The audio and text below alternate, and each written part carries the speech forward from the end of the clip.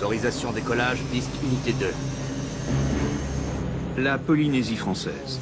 Un paradis perdu en plein milieu de l'océan Pacifique. Pour relier les îles, l'avion est souvent le moyen de transport le plus rapide, y compris sur les très courtes distances. Air Moorea, une des compagnies locales, utilise un des appareils les plus robustes du marché, le Twin Otter.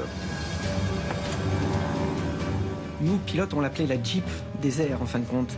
C'est l'avion en service sur la ligne entre les îles de Tahiti et de Moorea. Un vol très court et a priori sans danger. A priori. Voici l'histoire du vol Air Moorea 1121.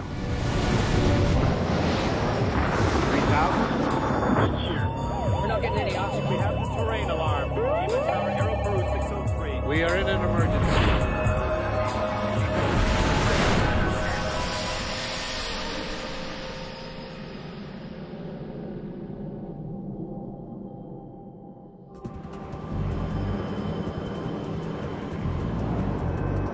Michel Santurenne est un pilote heureux.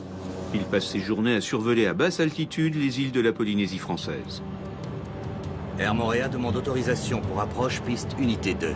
Il assure un des 40 vols quotidiens entre l'île de Tahiti et sa voisine, la paradisiaque île de Moorea. Air Moorea autorisé à atterrir. Piste unité 2. Éric Limard connaît très bien ce parcours sans grande difficulté. Moorea, c'est une île qui se trouve très proche de Tahiti, puisque la distance est à peine de une vingtaine de kilomètres, à tout casser. On a juste un chenal à traverser. Tahiti et Moorea appartiennent à la Polynésie française, qui comprend une centaine d'îles disséminées en plein océan Pacifique, à mi-chemin entre l'Australie et l'Amérique du Sud. L'ensemble constitue un paradis de plages presque vierges et de montagnes verdoyantes attirant chaque année des dizaines de milliers de touristes. Air Moorea est une petite compagnie locale spécialisée dans les vols inter-îles. Air Moorea et ses avions faisaient vraiment partie du paysage quotidien pour les Polynésiens et les gens qui travaillaient sur Tahiti et qui vivaient sur Moorea, aussi bien pour les touristes, mais surtout pour la population locale. C'était vraiment le lien rapide et efficace. Merci, je vous souhaite un excellent vol. Encore moi. Michel Santurenne vole sous les couleurs d'Air Moorea depuis seulement 3 mois. Je prends la liste des passagers et la feuille de chargement. Ancien pilote militaire, il entame une nouvelle vie sous les cocotiers. Il avait tout prévu pour installer sa famille, son épouse. Son épouse le rejoignait. Ah, encore un vol complet. Ouais. Comme on les aime.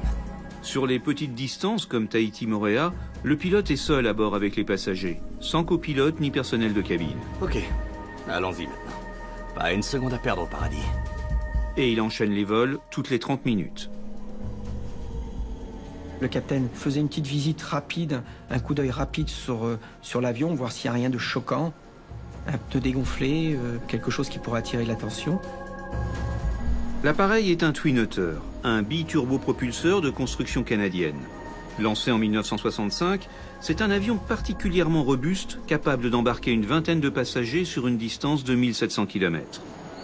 Nous, pilotes, on l'appelait la Jeep des airs, en fin de compte. Merci. Jolie chemise. Merci. Et on accueillait les passagers très rapidement, ils remontaient dans l'avion. Ah, juste là. C'était très très court, on va dire. Comment allez-vous? Vous pouvez mettre votre bagage sous le siège devant vous. Belle journée pour voler. À peine 15 minutes après son dernier atterrissage, le commandant de bord est prêt à redécoller. Contrôle, prêt pour le roulage. Air Moorea, autorisation décollage. Piste unité 2. Autorisation décollage, piste unité 2. Le Twin Otter possède peu d'automatisme, donc la majeure partie du pilotage se fait manuellement, à l'ancienne. La plupart des avions commerciaux modernes, on va dire, sont chargés d'aide au pilotage, d'électronique, d'écran.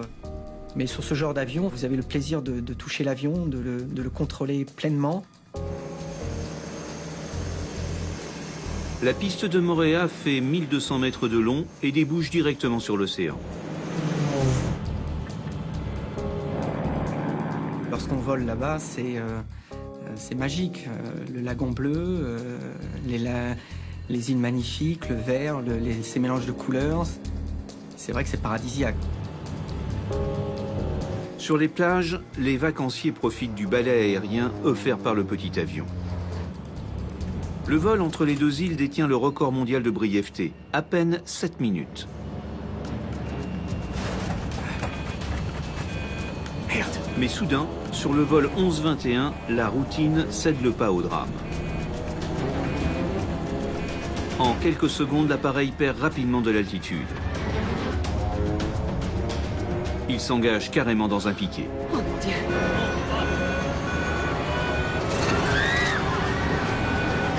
Et moins de 2 minutes après son décollage, le vol 11-21 percute l'océan.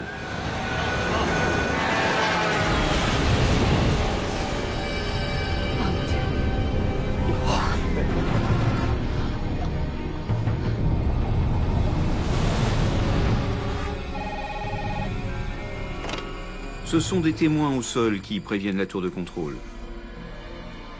Il flotte encore ou il a coulé? Immédiatement, les secours s'organisent et les premiers bateaux de pêcheurs arrivent sur les lieux. Malheureusement, ils ne retrouvent que des corps sans vie. Les 19 passagers et le pilote ont tous été tués sur le coup. On a fait ce qu'on a pu, mais en fait, il n'y avait pas de survivants, quoi. Il n'y avait personne. Personne de vivant. Je me rappellerai toujours, c'était terrible, parce qu'on a toujours l'espoir, quoi qu'il en soit, que les personnes sur place s'en soient sorties, au moins quelques-uns. Et nous étions tous dans l'attente.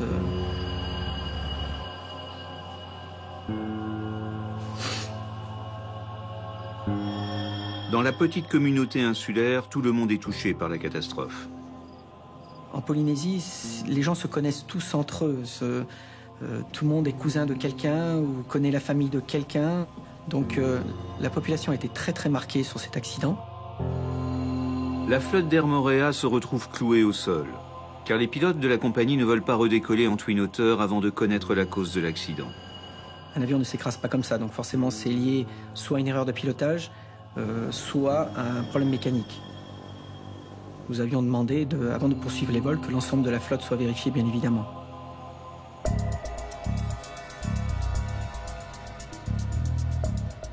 Bonjour. Bonjour. Aussitôt, à Paris, la Direction générale de l'aviation civile envoie une équipe d'enquêteurs du BEA, le Bureau Enquête et Analyse, pour tenter de déterminer les causes de l'accident. C'est tout ce que vous avez? L'enquête est placée sous la responsabilité d'Alain Bouillard. Le Twin Otter est un avion extrêmement robuste qui est utilisé dans tous les territoires difficiles où d'autres avions ne peuvent pas atterrir ou décoller. C'était quelque chose qui nous a interpellés, c'est que pouvait-il avoir arrivé à cet avion pour percuter la surface de la mer? Généralement, une enquête commence par l'observation des débris. Il n'y a rien à en tirer. Mais l'épave est à plusieurs centaines de mètres sous l'eau, et les enquêteurs comprennent vite que sans les restes de l'avion, découvrir la vérité va se révéler très difficile. Il va nous falloir beaucoup plus de débris que ça. Seule bonne nouvelle à ce stade, bien que les boîtes noires ne soient pas obligatoires sur ce type d'appareil, Air Moorea, autorisation décollage. Piste unité. Air Moorea a équipé sa flotte d'enregistreurs de son dans le cockpit. Il est donc urgent de retrouver l'avion et sa boîte noire. En plus de pouvoir entendre la voix du pilote, nous espérions pouvoir entendre des alarmes qui se seraient déclenchées. Le problème est que l'avion s'est écrasé dans des eaux très profondes. C'est bien trop profond pour des plongeurs. La profondeur de la mer à cet endroit est d'environ 700 mètres. Il est donc bien entendu impossible de pouvoir envoyer des plongeurs humains. Il a fallu donc employer des sous-marins télécommandés.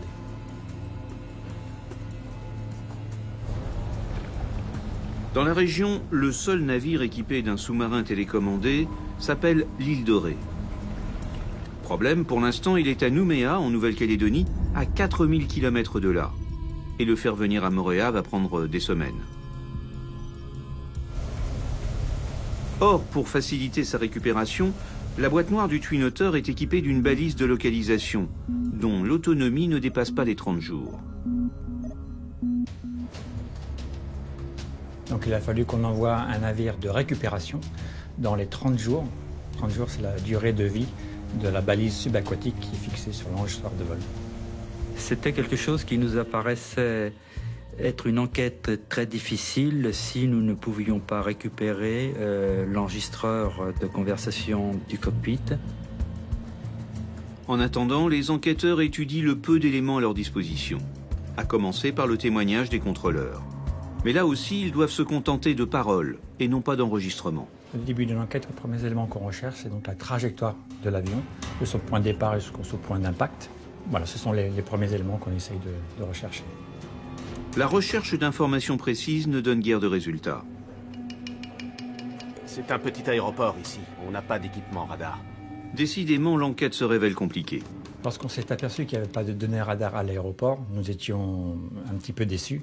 En effet, il a fallu trouver d'autres méthodes pour calculer et reconstruire la trajectoire de l'avion. J'ai vu l'avion monter et tout à coup, il est tombé dans la mer. Jusqu'à l'arrivée de l'île de Ré et de son sous-marin télécommandé, les enquêteurs doivent se contenter des seuls témoignages de ceux qui ont assisté au drame. Il nous paraissait incontournable de recueillir tous les témoignages qui pouvaient nous aider à comprendre l'événement. Tous les témoins oculaires étaient soit sur la plage, soit sur des bateaux de plaisance ou bateaux de pêche. Ils ont tous dit avoir vu l'avion monter normalement. Plus de 500 Twin Otter sont en service de par le monde. La plupart du temps dans des conditions très difficiles, des déserts australiens à la toundra glacée du Grand Nord. Si une défaillance de l'avion est à l'origine du drame, il est urgent de la détecter avant un nouvel accident. Les enquêteurs ressentent cette forte pression sur leurs épaules.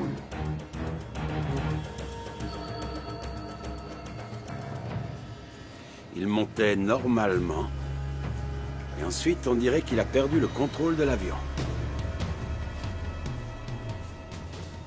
Peut-être un problème de poids? Lorsqu'on a un problème d'équilibrage de poids dans l'avion, le problème intervient généralement juste après le décollage. Le calcul précis de la masse au décollage est un élément crucial dans un vol, surtout sur un petit avion. Une erreur sur le poids du carburant, des passagers ou du fret peut contribuer à un accident, comme ce fut le cas aux États-Unis il y a quelques années.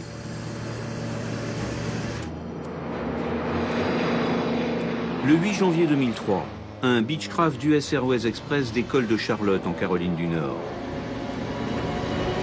30 secondes plus tard, les pilotes perdent le contrôle de leur avion qui s'écrase sur un hangar, tuant ses 21 occupants.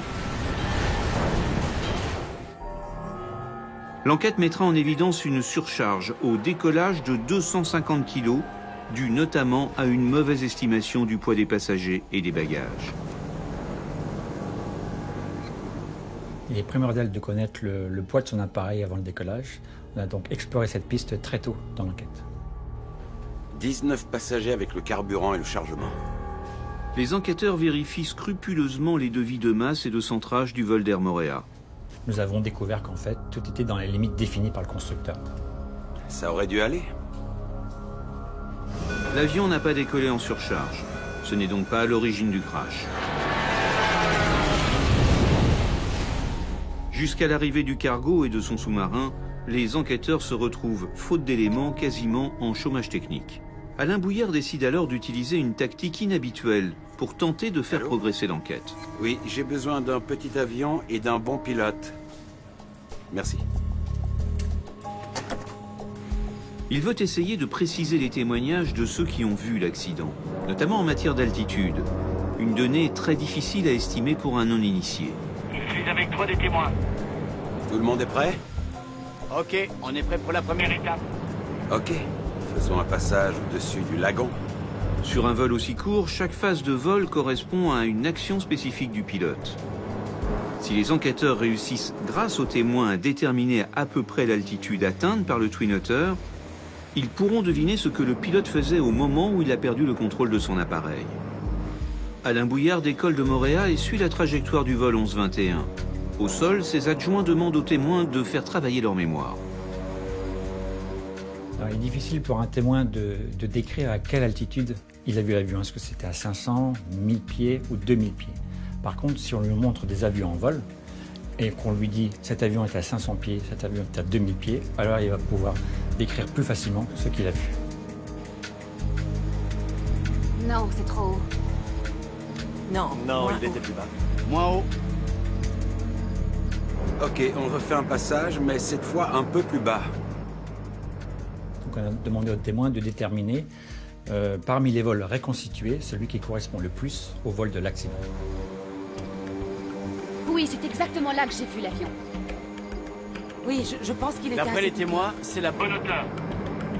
Excellent. Nous sommes à une altitude de presque 400 pieds. Ok, on peut rentrer. Merci beaucoup. La technique est un peu archaïque, mais le résultat est intéressant. Maintenant, Alain Bouillard sait à peu près à quelle altitude le Twin Otter a réussi à monter. Des vols qui ont été faits nous ont permis d'estimer l'altitude à laquelle l'avion avait infléchi sa trajectoire. On sait maintenant qu'il s'est passé quelque chose pendant la montée. Mais à ce stade, il ignore toujours pourquoi l'avion est parti en piqué et pourquoi son pilote n'a pas réussi à le redresser. Lorsqu'on voit un avion piqué du nez juste après le décollage, on peut envisager une panne moteur. Double panne moteur. Le Twin Otter peut voler sur un seul moteur. Par contre, la panne simultanée des deux moteurs pourrait entraîner l'avion dans un piqué proche de celui observé par les témoins. C'est une possibilité, en tout cas ça correspondait en termes de trajectoire. Mais perdre les deux moteurs au même moment est un événement rarissime. Une défaillance simultanée des deux moteurs peut être provoquée par une panne d'essence, mais là c'est assez improbable juste après le décollage. Ou alors une ingestion là aussi simultanée d'oiseaux dans les moteurs, et là aussi c'est assez improbable que ce soit dans les deux moteurs en même temps. Plus troublant, la plupart des témoins affirment que les moteurs tournaient alors que l'avion descendait vers la mer. Si c'était réellement le cas, les moteurs n'étaient donc pas en panne.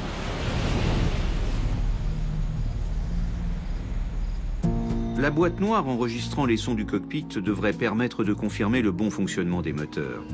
Mais en attendant qu'elle soit retrouvée, Alain Bouillard, pour avancer, doit se contenter de la seule trajectoire de l'avion. C'était des informations tout à fait importantes, certes, mais qui n'expliquaient en rien l'événement.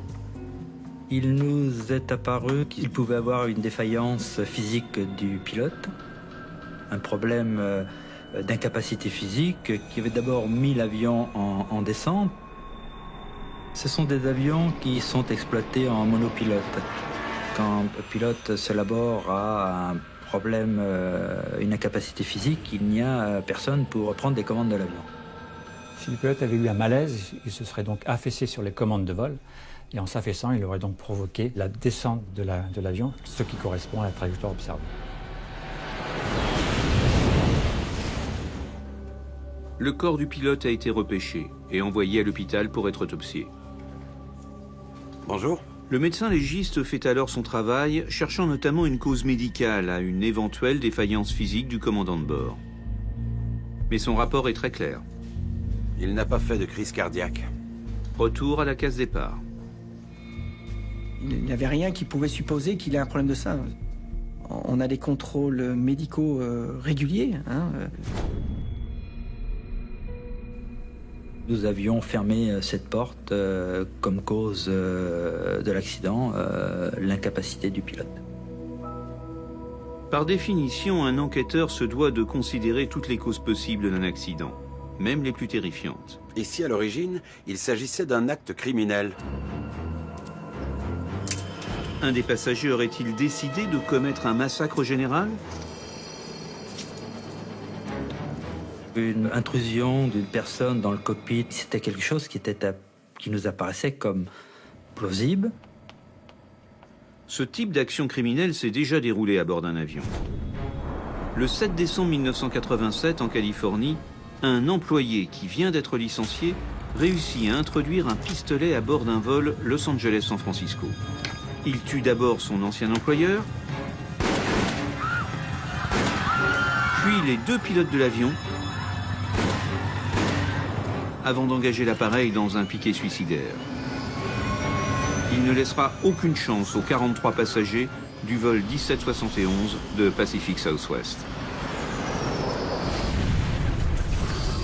Je suis désolé, monsieur, mais vous ne pouvez pas... Quoi? Qu'est-ce que vous faites? Si quelqu'un a attaqué le pilote durant le vol, la boîte noire aura forcément enregistré les éclats de voix et les bruits de lutte entre le pilote et son agresseur. À ce stade de l'enquête, il nous paraissait évident qu'il fallait retrouver l'enregistreur de conversation.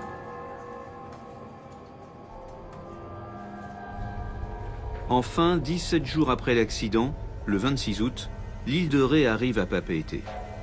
Reste à retrouver l'avion. Sa position approximative est connue, mais les courants ont pu faire dériver les débris sur les fonds sous-marins.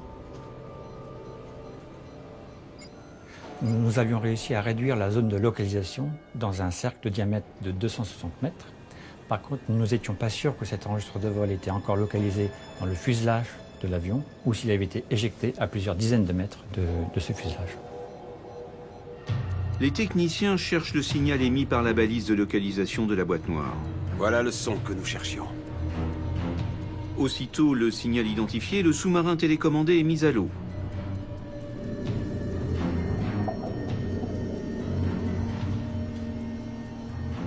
Et très vite, nous avons localisé la zone de dispersion de l'épave au fond de l'eau. Voilà notre twin otter. Les débris du vol 1121 d'Air Morea reposent par plus de 650 mètres de fond.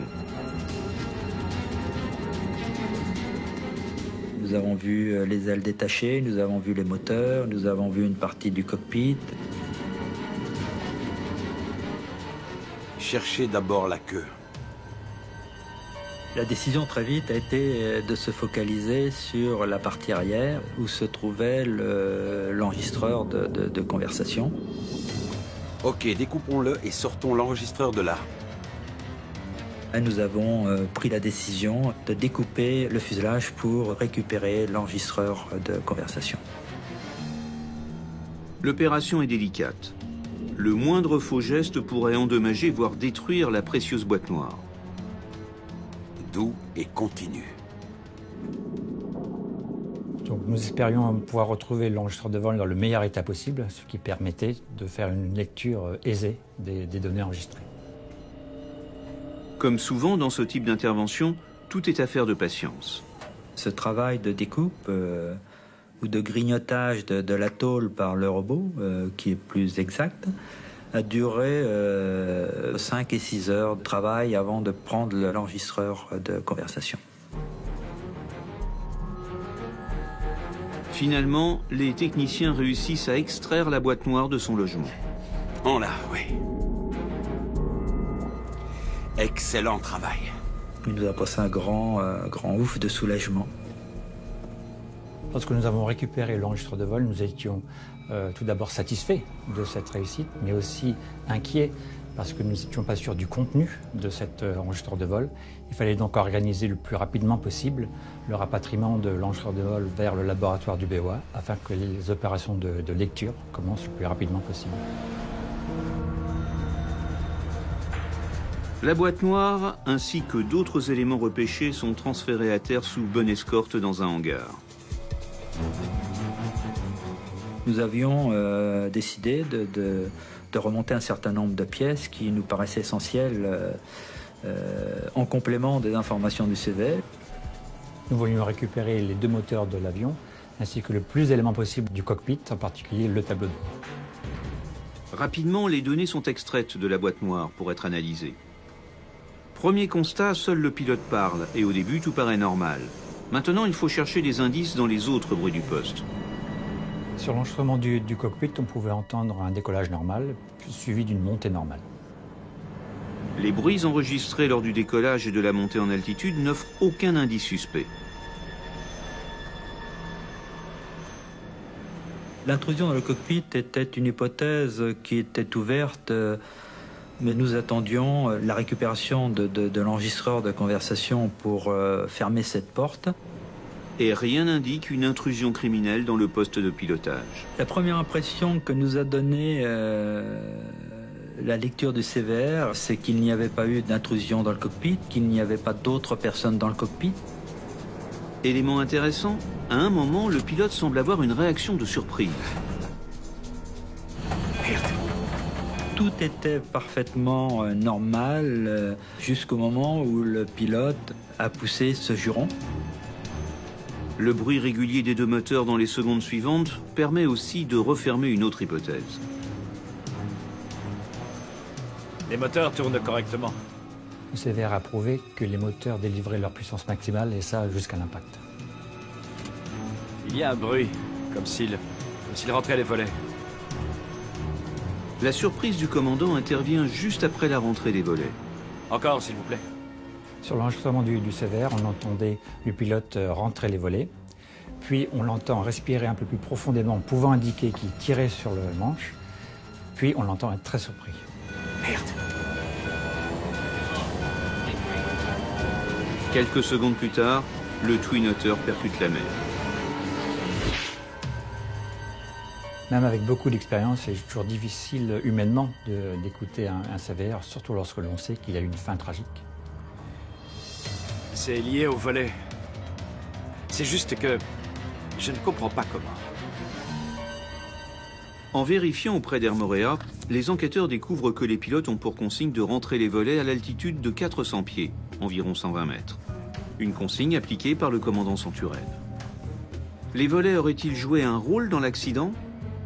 Avant un décollage, les pilotes sortent les volets. Situés à l'arrière des ailes, ils permettent d'en augmenter la surface, de générer plus de portance et de voler à faible vitesse. Pour les phases de croisière, les avions rétractent leurs volets pour pouvoir avoir une aile qui est adaptée à ce vol, c'est-à-dire en diminuant les traînées qui sont associées à ce vol-là, cette phase de vol. Les enquêteurs s'intéressent alors au mécanisme de sortie et de rentrée des volets. Nous avons pu récupérer les vérins de commande des volets, et donc du coup nous avons pu les analyser. Mais celui-ci est dans la bonne position et est en parfait état de marche. Les volets sont bien. L'analyse des vérins de commande des volets a montré que les volets étaient rentrés au moment de l'impact. Exit donc l'hypothèse impliquant les volets. Et l'origine du crash du vol 1121 demeure toujours mystérieuse. Maintenant, nous allons examiner très attentivement ces câbles.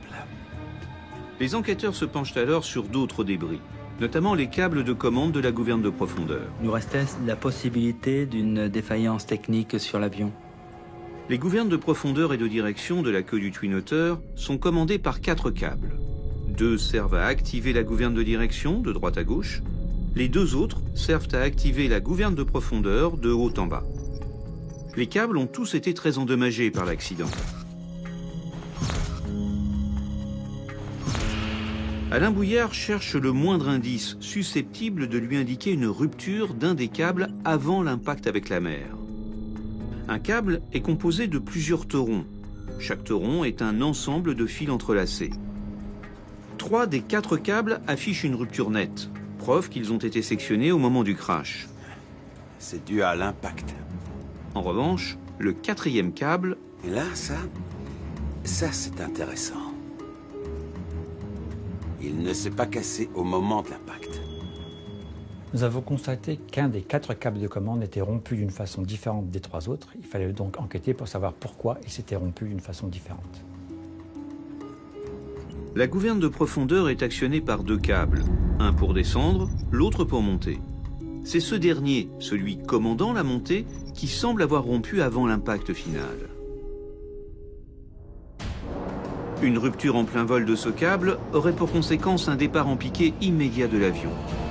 Merde! La rupture du câble, était cohérent avec la trajectoire qui avait été décrite par les témoins. Et tout à coup, il est tombé dans la mer. Cette fois, les enquêteurs touchent au but.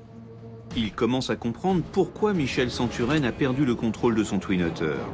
La cause en est une rupture brutale et rarissime d'un câble de commande.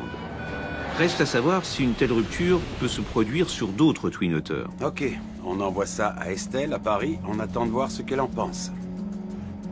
L'urgence est de comprendre l'origine de la rupture du câble de commande avant que l'événement ne se répète sur un autre avion.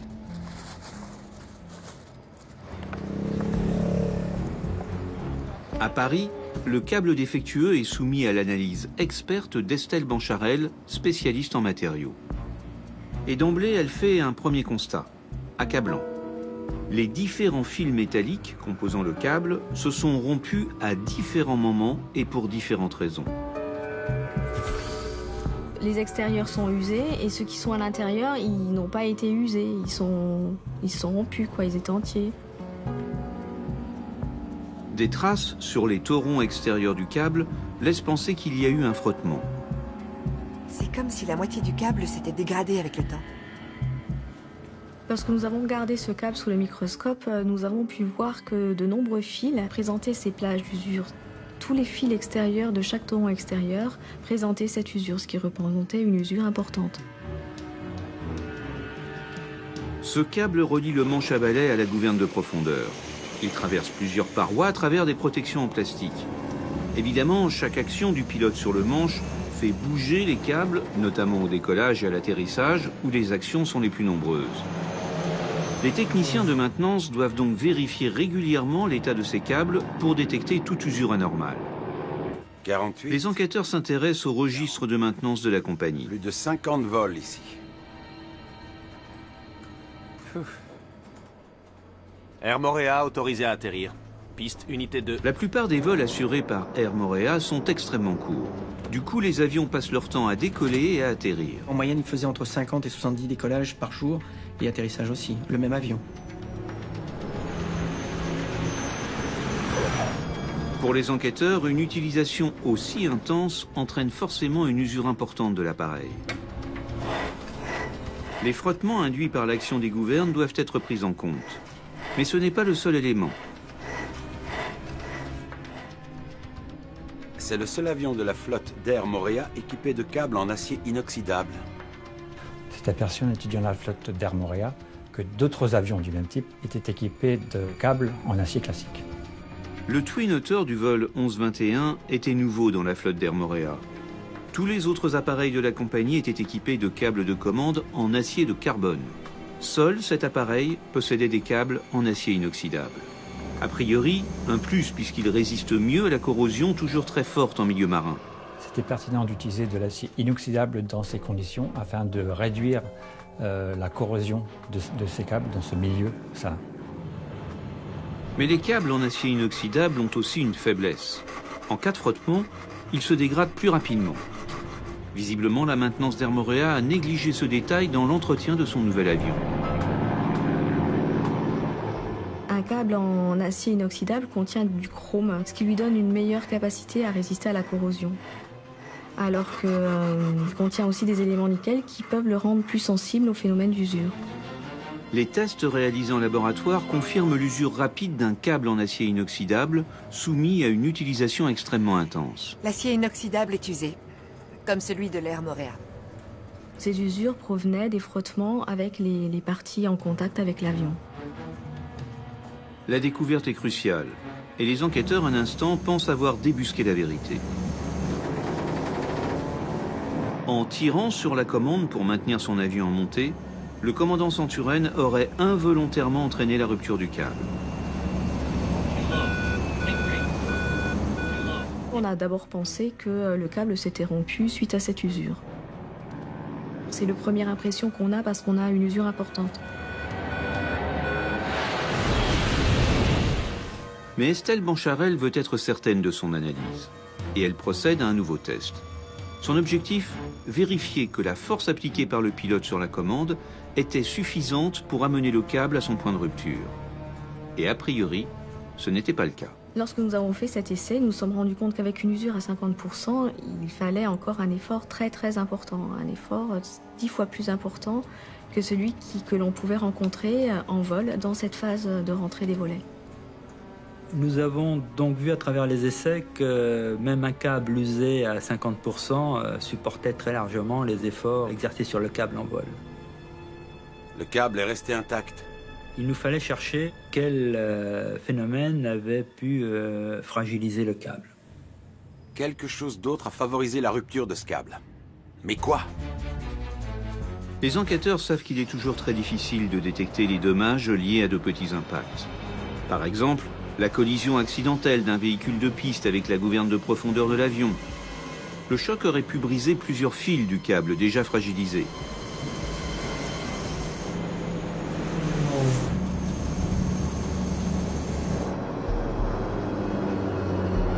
Alain Bouillard décide de vérifier les registres des deux aéroports, celui de Moréa et celui de l'aéroport international de Faha, à Tahiti, où l'avion avait passé la nuit. Merci. Siberia. Il veut savoir si l'avion a été ou non impliqué dans un incident. Rien du tout. Aucune mention d'impact. Nous n'avons pas relevé de traces de choc sur la gouverne mobile, ce qui excluait l'heure par un véhicule durant le stationnement de nuit. C'est donc une fausse piste. C'est agaçant. Les enquêteurs détiennent une partie de la vérité, mais n'arrivent pas à la révéler dans son entier. Jusqu'au moment où Alain Bouillard remarque un détail sur les voies de circulation un peu encombrées de l'aéroport de Tahiti. Dites-moi, ces jets sont à quelle distance des avions d'Air Morea? Nous avions ciblé de phénomène de souffle de réacteur, un phénomène appelé jet blast. Le souffle du réacteur est créé par l'air expulsé à l'arrière du moteur qui va générer la poussée. Et même au sol, il peut atteindre plusieurs centaines de kilomètres/heure. Un avion en pleine puissance, un avion comme un Airbus ou comme un Boeing, qui met la pleine puissance, peut retourner l'avion qui se trouve quelques dizaines de mètres derrière. C'est une force phénoménale.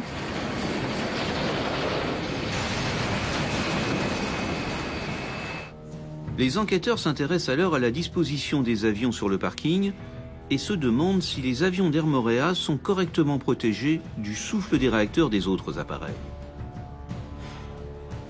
Ok. Les tunoteurs d'Air Morea sont stationnés ici. Ils s'aperçoivent que le parking d'Air Morea est très proche de la voie de circulation utilisée par les gros porteurs.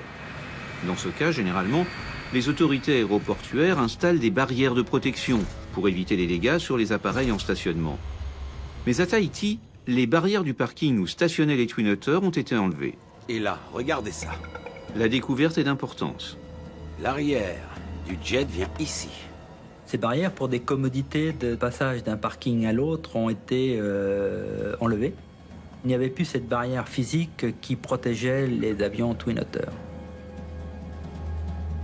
Les jets style Airbus ou Boeing se trouvaient à, on va dire, entre une centaine de mètres par rapport au parking d'Air Morea.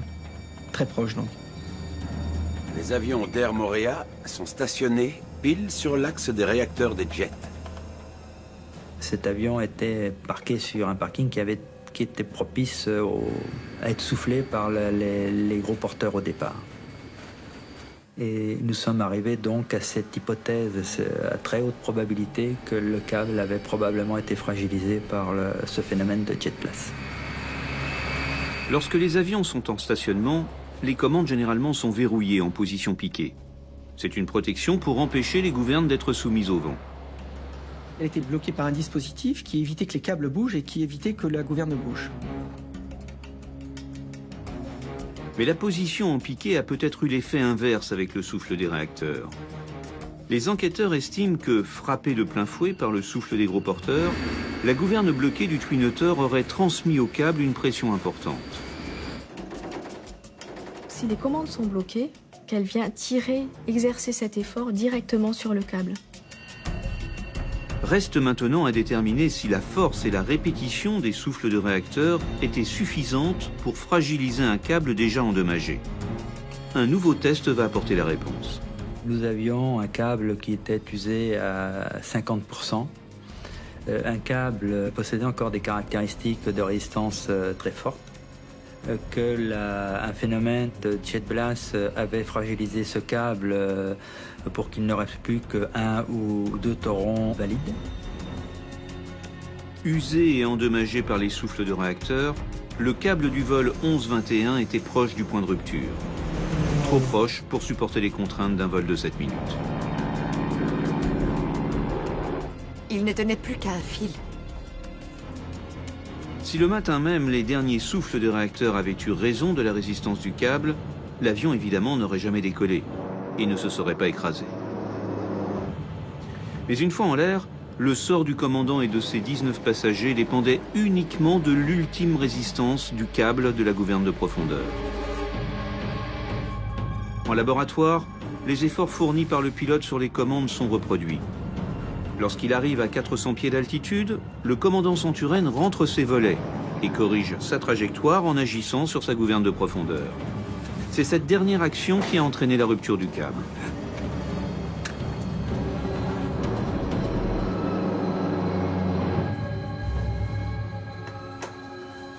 n'avez aucune chance. Nous avons pu déterminer que la force nécessaire pour contrer le couple piqueur était la force qui cassait le dernier torpille. À partir de cet instant, le pilote est totalement impuissant pour tenter de sauver l'avion et ses occupants. Vous imaginez sa réaction, qu'est-ce qui se passe? Le câble casse, le manche a dû revenir vers l'arrière, et le temps que vous analysez ce qui se passe, essayez de rattraper l'avion descend très rapidement, et quelques secondes plus tard, vous percutez la planète.